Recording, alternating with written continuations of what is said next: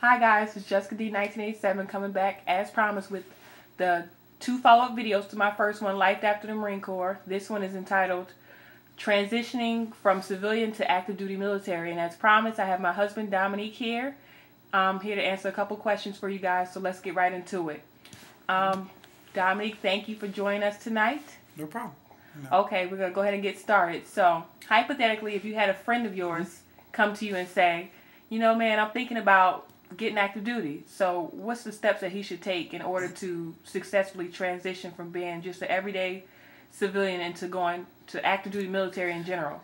Well, number one, I would say, first of all, do your homework, do the research. That means go check out some of these branches' websites, learn as much as you want, and then know why you're getting in. Like, number one question I say is, why do you want to get in? I mean, like, are you really ready for the military?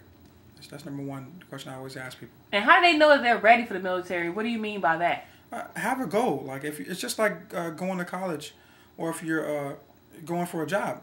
What do you want to do? Are you ready to get in? That means, are you ready saying that, hey, I already got a job in mind. I want to go be a cook. I want to go be an intel.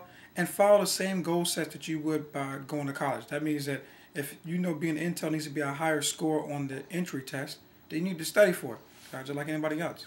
Okay, so once they finally decide, you know, this is something I definitely want to do, I want to go active duty, what should they expect? Like, what is the process of getting into the military like? Well, I got into the Marine Corps, so I do know what, number one thing is, you need to talk to a recruiter. By going to the recruiter, number one thing you need to know is, what am I going to do in the military? You need to have that mindset before you go in. Because if you're not going in with that already train of thought, they're going to focus you into what they need to fill quota. That means that if they need to have some more people to be cooks, then they're going to try to coach you into being a cook. So if you're going in and you know I want to be an admin person, you need to go in that office, already have that mindset, and then probably know when you want to leave too. I'm going to go after graduation or something like that. I'll go in with a mindset of that. Okay, so you can speak personally on the Marine Corps because you were in the Marine Corps for a little while. What should they expect if they're going to boot camp? Once they finally have their date and they know that that's where they're going to boot camp in the Marine Corps, what should they expect getting there? The first thing you think about is like any other branch, the whole thing what they teach you on is on team efforts. So if you're an individual person, you might want to start getting that out of your system, because one of the main things, and I myself, I'm African American, of course. Not that all African Americans have this problem, but I was used to people yelling. Not that my mom yelled every single day, but I'm used to her yelling at me. Mm-hmm. So with that being said, I was kind of used to it. So when I got to boot camp in the Marine Corps, everybody knows it's good for yelling. The drill instructors, and that's their form of correcting people. I was already used to that, so that didn't bother me as much. But what I had to learn was that it was a team effort. So not only the mistakes that the team made, but the individual stuff that I used to do and thinking that I'm the only person that's going to get in trouble with that affected the whole team. So when I got in trouble, the drill instructor stopped getting me and started getting the whole platoon. And then if I didn't get that realization up front, that would have been a hurtful thing, and it makes it harder.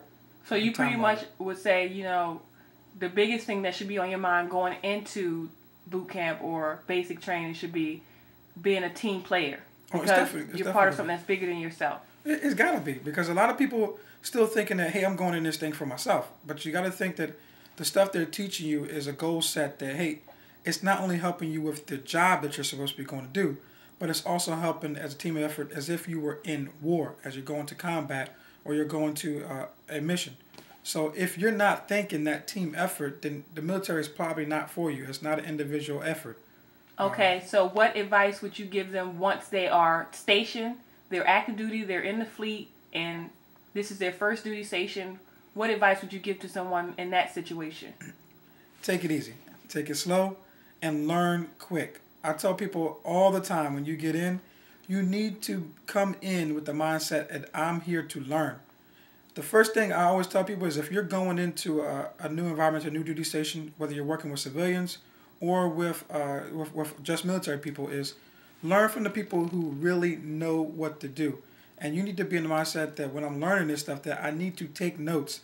A lot of people's problem is they think that they got a great memory.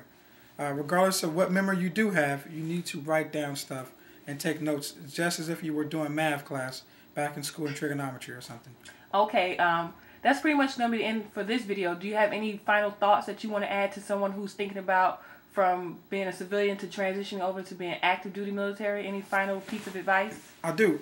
If you're going to go in, and I always tell people this all the time, if you know some people who are in, it's definitely imperative that you learn from those people that you do know. Now, of course, if you're going in and you made that decision, normally you're probably basing it off of people that you already know and what their experiences were in the military.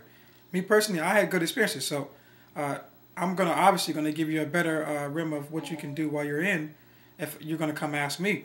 And I know some people, like my wife, she had a little bit harder time in the military because I know females normally, of course, you can get pregnant, the guys can't, and stuff like that. It's definitely going to affect your train of thought as you're going in.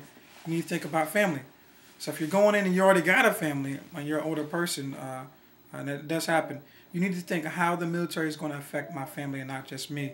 That means pay, that means benefits, that also means education and the time away from your family, because regardless of what you do think, we are in war, and 2 wars right now, and a lot of ongoing efforts around the world. So if you're going in and you're not thinking about that, you may be away from your family a lot of time, depending on what job you're going to pick. And if you're going to pick one, you might want to think about that. So your final thought is just to be prepared and do your research. Oh, definitely be prepared, do your research, and be ready for a difference. That's for sure. Okay. Be ready for something to change. Thank you so much. No problem.